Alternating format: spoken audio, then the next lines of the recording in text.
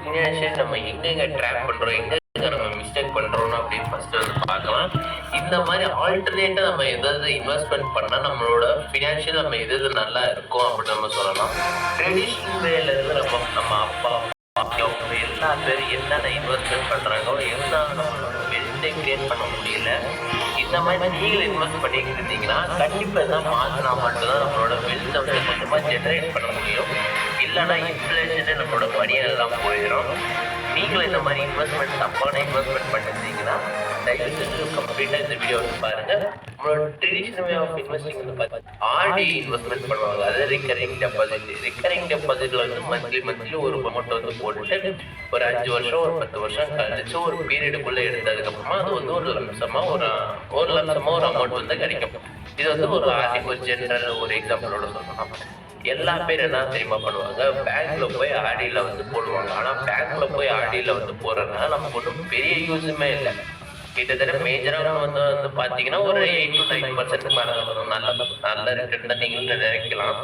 But ஆனா நம்மளோட compounding எஃபர்ட்டால நமக்கு தெரிஞ்சதுன்னா நம்ம ஸ்டாக் மார்க்கெட்ல இன்வெஸ்ட் பண்ண முடியாது. ஏன்னா ஒரு 5 வருஷத்துல நம்ம இன்வெஸ்ட்மெண்ட் பண்றோமா, மியூச்சுவல் ஃபண்ட்ஸ்ல வந்து வித்ரா பண்றோம்னா ஒன்றும் பெருசா ஒன்றும் நடக்காது.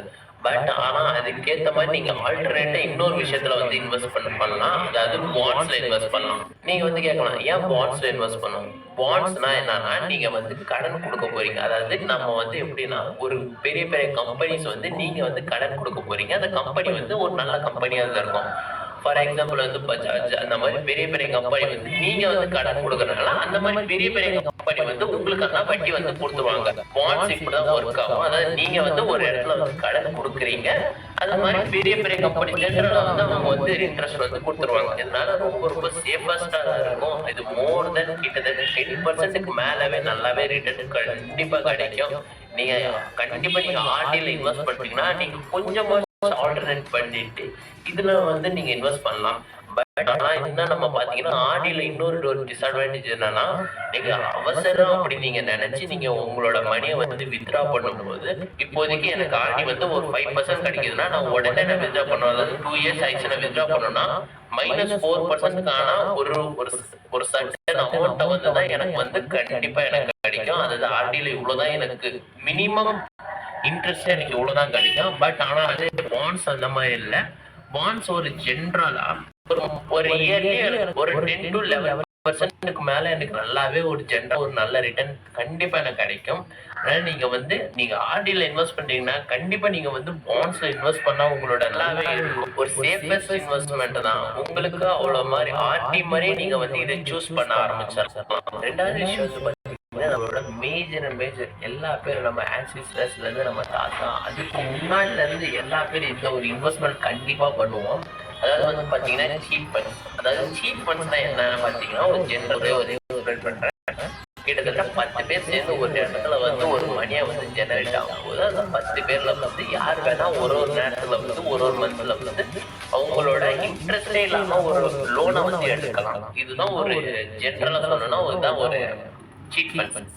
இந்த சீட் ஃபண்ட்ஸ்ல வந்து நம்ம ஏன் இன்வெஸ்ட் பண்ணணும், ஏன் இன்வெஸ்ட் பண்ணக்கூடாதுன்னு நம்ம பாத்தீங்கன்னா இன்வெஸ்ட் பண்றதுக்கு ஏன் அப்படி பாத்தீங்கன்னா பேங்க்ல இருந்து கொடுக்க முடியாத ஆளுகளுக்கு வந்து இவங்க சீட் ஃபண்ட்ஸ்ல இந்த மாதிரி ஏஜென்சி வந்து ஈஸியா, அதாவது அவங்களுக்கான ஈஸியா வந்து அந்த இடத்துல லோன் எடுத்துருவாங்க. அதனால இது வந்து ரொம்ப அவங்களுக்கான, அதாவது அப்போதைக்கு வில்லேஜ் இருக்கிறவங்க அப்போ ரொம்ப சேஃபஸ்டா இருப்பாங்க.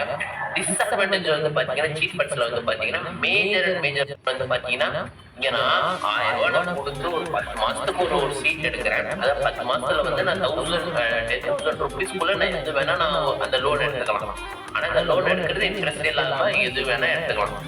பட் ஆனா நான் 10 மாசம் எடுத்ததுக்கு அப்புறம் லோனு நான் 1 ரூபா கிட்ட என் மணி வந்து குரோவே ஆகல. ஜென்ரலா இதுதான் நம்ம அதிகமா யோசிக்கவே மாட்டோம். ஏன் அப்படி வந்து பாத்தீங்கன்னா ஜென்ரலா நான் 10 மாசத்துக்கு நான் வந்து 1000 rupees நான் பே பண்றேன்.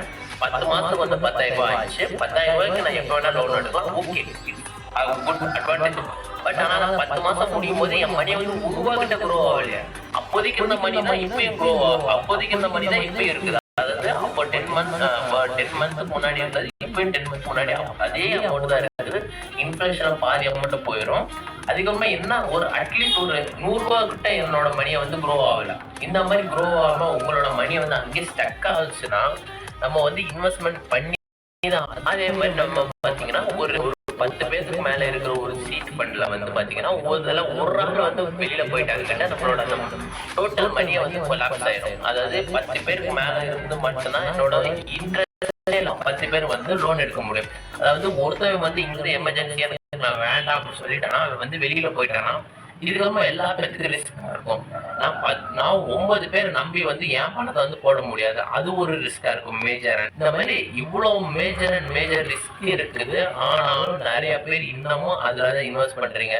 இதுக்கு பதிலா நீங்க ஏதாவது அட்லீஸ்ட் நீங்க பாண்ட்ஸ்ல இன்வெஸ்ட் பண்ணலாம். பாண்ட்ஸ்ல இன்வெஸ்ட் பண்றதை விட நீங்க உங்களுக்கு அதை விட சேஃபஸ்ட் இன்வெஸ்ட்மெண்ட் இல்ல ஸ்டாக் மார்க்கெட்ல உங்களுக்கு வர வேண்டாம் அப்படின்னு நீங்க நினைச்சாலுங்கிட்ட போஸ்ட் ஆஃபீஸ் ஸ்கீம்ல வந்து நீங்க இன்வெஸ்ட் பண்ணலாம். அதாவது பிபிஎஃப்ல வந்து இன்வெஸ்ட் பண்ணலாம். அதுக்கப்புறம் பாத்தீங்கன்னா நேஷனல் சேவிங் சர்டிபிகேட்ல அதுவும் நீங்க இன்வெஸ்ட் பண்ணலாம். நேஷனல் சேவிங் சர்டிபிகேட்ல வந்து பாத்தீங்கன்னா 7 மேல இன்ட்ரெஸ்ட் கிடைக்குது. நீங்க அந்த மாதிரி நீங்க இன்வெஸ்ட் பண்ணாலுங்கிட்ட ஓகே, உங்களோட மணியை வந்து க்ரோ ஆகணும். அதிக நேரம் நீங்க வந்து பாத்தீங்கன்னா கொஞ்சமா கிரெடிட் கார்டு நீங்க யூஸ் பண்ண பழகணும். ஏன்னா அவசரம் ஒரு நேரத்துக்கு வந்து நம்ம வந்து லோன் எடுக்கிறனால நீங்க சீட் ஃபண்ட்ஸ் போறீங்க. இதுவே நீங்க வந்து சின்ன வயசுல நீங்க கிரெடிட் கார்டை வந்து நீங்க யூஸ் பண்ண ஆரம்பிச்சீங்கன்னா நீங்க அவசரத்துக்கு இந்த மாதிரி சீட் ஃபண்ட்ஸ்ல நீங்க போடாம இருக்கிறதுக்கு அந்த மாதிரி இன்வெஸ்ட்மெண்ட் பண்றதுக்கு உங்களோட கிரெடிட் கார்டை வந்து ஈஸியா நீங்க வந்து பேமெண்ட் பண்ணிடலாம். அது மூலியமா உங்களுக்கு வந்து நல்லாவே ரிவார்ட்ஸ் கிடைக்கும். கிரெடிட் கார்டில் தான் மோஸ்ட் எல்லாமே ரிவார்ட்ஸ் தருது. நீங்க அதுவும் நீங்க என்ஜாய் பண்ணிக்கலாம். நெக்ஸ்ட் வந்து பாத்தீங்கன்னா மூணாவது ஒரு மேஜர் மிஸ்டேக் என்ன பண்ணுவோம்னா பாத்தீங்கன்னா எஃப்டி லாக்கர்ஸ் வந்து பாத்தீங்கன்னா மேஜர் எல்லா பேரும் வந்து பாத்தீங்கன்னா ஒரு சீனியர் சிட்டிசன் அந்த மாதிரி ஏஜ்ல வந்து இந்த மாதிரி எஃப்டியில் வந்து அதிகம் பேர் போடுவாங்க. பட் ஆனால் இந்த எஃப்டி இன்வெஸ்ட்மெண்ட் வந்து பார்த்தீங்கன்னா ஒரு எப்படி ஸ்மார்ட்டஸ்ட் மூவ் வந்து ஆக்கலாம் அப்படின்னு பார்க்கலாம். ஃபர்ஸ்ட் எஃப்டி இன்வெஸ்ட்மெண்ட் எப்படி ஒர்க் ஆகுதுன்னு ஒரு சிம்பிள் வேர்டில் வந்து சொல்லிட்டேன். எஃப்டி வேர்ட்னா நம்மகிட்ட இருக்கிற ஒரு லம்சமா, அதாவது 1 லட்சம் அந்த மாதிரி பெரிய அமௌண்ட்டை வந்து பேங்க்ல வந்து போடுறோம். பேங்க் வந்து பார்த்தீங்கன்னா ஒரு மந்த்லி ஒரு இன்ட்ரெஸ்ட் மாதிரி போட்டு திருப்பி அந்த பேங்க் அக்கௌண்ட்லேருந்து நம்ம அக்கௌண்ட்டுக்கு வந்து வந்துடும். ஒரு எஃப்டி வந்து இவ்வளோதான், ஒரு சிம்பிளாக இவ்வளோ ஒர்க் ஆகும். இது வந்து நல்ல விஷயம். அதாவது நீங்கள் வந்து யோசிக்கலாம், இது வந்து நல்ல விஷயம். அதாவது சேஃபஸ்ட் இன்வெஸ்ட்மெண்ட்டாக இருக்கும். பேங்க் வந்து எப்போ வேணால் எடுத்துக்கலாம். அதே மாதிரி டேக்ஸ் ஃப்ரீ தான், எதுவுமே பிரச்சனையே இல்லை அப்படின்னு நீங்கள் வந்து யோசிக்கலாம்.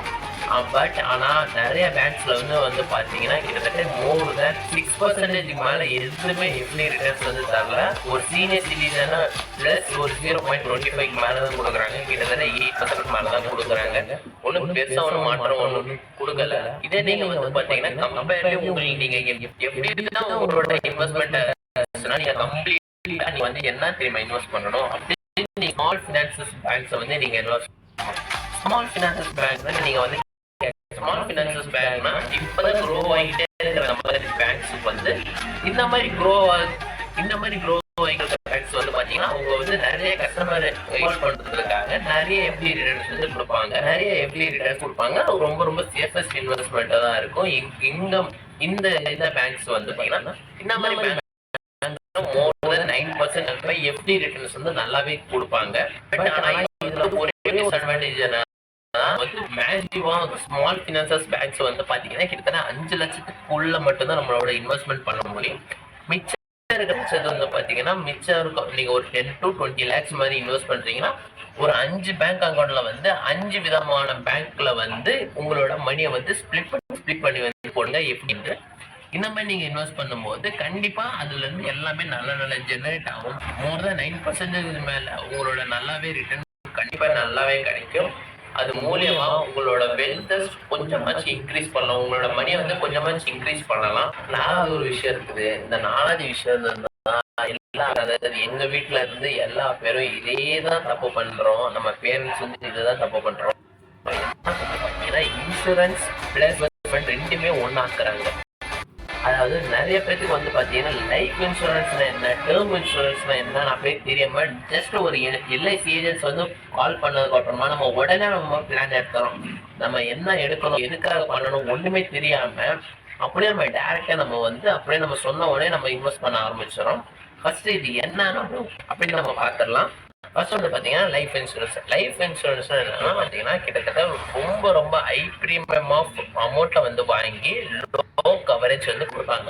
ஃபார் எக்ஸாம்பிள் வந்து பாத்தீங்கன்னா எங்க பேர் இன்சூரன்ஸ் வந்து நான் எங்க அப்பா வந்து ஒரு கவர் எடுத்தாங்க லைஃப் இன்சூரன்ஸ் எல்ஐசியில இருந்து. அது என்ன டேர்ம்னா, அதாவது ஒரு வருஷத்துல வந்து 4 டேர்மா நம்ம கட்டணும். அந்த எல்ஐசி லைஃப் இன்சூரன்ஸ் வந்து பாத்தீங்கன்னா கிட்டத்தட்ட 4 டேர்மா கட்டணும். கிட்டத்தட்ட ஒரு வருஷத்துக்கு வந்து ஒரு டேர்ம்ல வந்து பாத்தீங்கன்னா 1350 வந்து ஆயிடும். கிட்டத்தட்ட ஒரு 4 டேர்மா நம்ம கட்டும் போது ஒரு வருஷத்துல வந்து பாத்தீங்கன்னா 5400 ருபீஸ் ஆகும். இதே நம்ம ஒரு 20 வருஷத்துல வந்து பாத்தீங்கன்னா 1,08,000 வரும். இதே நமக்கு வந்து இந்த மணி வந்து ரிட்டர்ன் பண்ணுவாங்க கிட்டத்தட்ட 1 லேக் மேல. அந்த 8,000 10,000 மேல அங்க வந்து ஒரு சேஞ்சஸ் வரும்ல, அந்த சேஞ்சஸ் வந்து பாத்தீங்கன்னா எல்ஐசி ஏஜென்சி வந்து அவங்களுக்கு வந்து அது வந்து நம்ம பாத்தீங்கன்னா எல்ஐசி வந்து அதாவது லைஃப் இன்சூரன்ஸ் வந்து லைஃப் இன்சூரன்ஸோட டேர்ம் இன்சூரன்ஸ் எடுக்க ஆரம்பிக்கணும். டேர்ம் இன்சூரன்ஸ் வந்து பாத்தீங்கன்னா கிட்டத்தட்ட அவசர நேரத்துக்கு வந்து அதாவது நீங்களே இந்த உலகத்தை விட்டு போகும்போது தான் இந்த டேர்ம் இன்சூரன்ஸ் ரொம்ப ரொம்ப யூஸ்ஃபுல்லா இருக்கும். ஏன் அப்படி பாத்தீங்கன்னா கிட்டத்தட்ட இது பாத்தீங்கன்னா low premium and huge cover வந்து கிடைக்கும். கிட்டத்தட்ட மோர் தென் 1 crore மேல 5 crores மேல கவர் வந்து கொடுத்துருவாங்க. அதனால ரொம்ப ரொம்ப சேஃபஸ்டா இருக்கும். இதுல வந்து பாத்தீங்கன்னா மந்த்லி வந்து நான் பாத்தீங்கன்னா ஒரு 500 ரூபாயில இருந்து ஆரம்பிச்சாவே போதும். கிட்டத்தட்ட ஒரு வருஷத்துக்கே வந்து 6,000 ருபீஸ் கட்டினா எனக்கு 1 கோடிக்கான கவர் கிடைக்கும். ஆனா இதே எனக்கு லைஃப் இன்சூரன்ஸ் வந்து பாத்தீங்கன்னா கிட்டத்தட்ட எனக்கு வந்து 1 லேக்குக்கே வந்து பாத்தீங்கன்னா கிட்டத்தட்ட 5,500 மேல கட்டணும். இதே நான் 1 கோடிக்கான லைஃப் இன்சூரன்ஸ் அதாவது அந்த மணியை வந்து திருப்பி எனக்கே ரிட்டர்ன் பண்ணணும்னா கிட்டத்தட்ட நான் மோர் தென் 17,000 மேல இங்க வந்து நான் இன்வெஸ்ட் பண்ணணும். ஒரு இயர்லி நான் இவ்வளவு கொடுத்தா மட்டும்தான் எனக்கு வந்து அந்த மணியை வந்து திருப்பி எனக்கு அந்த ரிட்டையர்மெண்ட் ஆகும்போது எனக்கு அந்த மணியை வந்து கிடைக்கும். இதுக்கு பதிலா நான் இங்க வந்து 6,000 ரூபாய் அதாவது இந்த மாதிரி நான் டேர்ம் இன்சூரன்ஸ் வந்து நான் இன்வெஸ்ட் பண்ணிட்டு அது மிச்சம் இருக்கிற அமௌண்ட் வந்து நான் ஸ்டாக் மார்க்கெட்ல கொஞ்சம் எஸ்ஐபி ஒரு 500 ரூபாயில ஆரம்பிச்சாலுங்கிட்ட எனக்கு லாங் டேர்முக்கு எனக்கு அதுவே எனக்கு மோர் தென் எனக்கு அங்கேயே 1 கோடிக்கு மேல ரிட்டர்ன் அங்கேயே எனக்கு ஜெனரேட் பண்ண ஆரம்பிச்சிடும். அதனால நீங்க பிகினர்ஸா இருந்தீங்கன்னா கிட்டத்தட்ட நீங்க செப்பரேட் பண்ணிக்கலாம். லைஃப் இன்சூரன்ஸ் வேற, இன்வெஸ்ட்மெண்ட் வேற, ரெண்டுமே ஒன்னாகிறது வந்து பாத்தீங்கன்னா இது வந்து எல்ஐசி ஏஜென்ட்ஸ் அதாவது இன்சூரன்ஸ் கம்பெனி தான் நமக்கு ப்ராஃபிட்டா இருக்கும். நமக்கு எதுவுமே ப்ராஃபிட் கிடைக்காது. நீங்க என்ன தெரியுமா யோசிக்கணும், நீங்க வந்து டேர்ம் இன்சூரன்ஸ் இன்வெஸ்ட் பண்ணுங்க. அதுக்கப்புறமா பாத்தீங்கன்னா இன்சூரன்ஸ் வந்து செப்பரேட்டா பண்ணி வச்சு உங்களுக்கு இந்த வீடியோ பிடிச்சிருந்தா லைக் அண்ட் சப்ஸ்கிரைப் பண்ணுங்க. தேங்க்யூ ஃபார் வாட்சிங் திஸ்.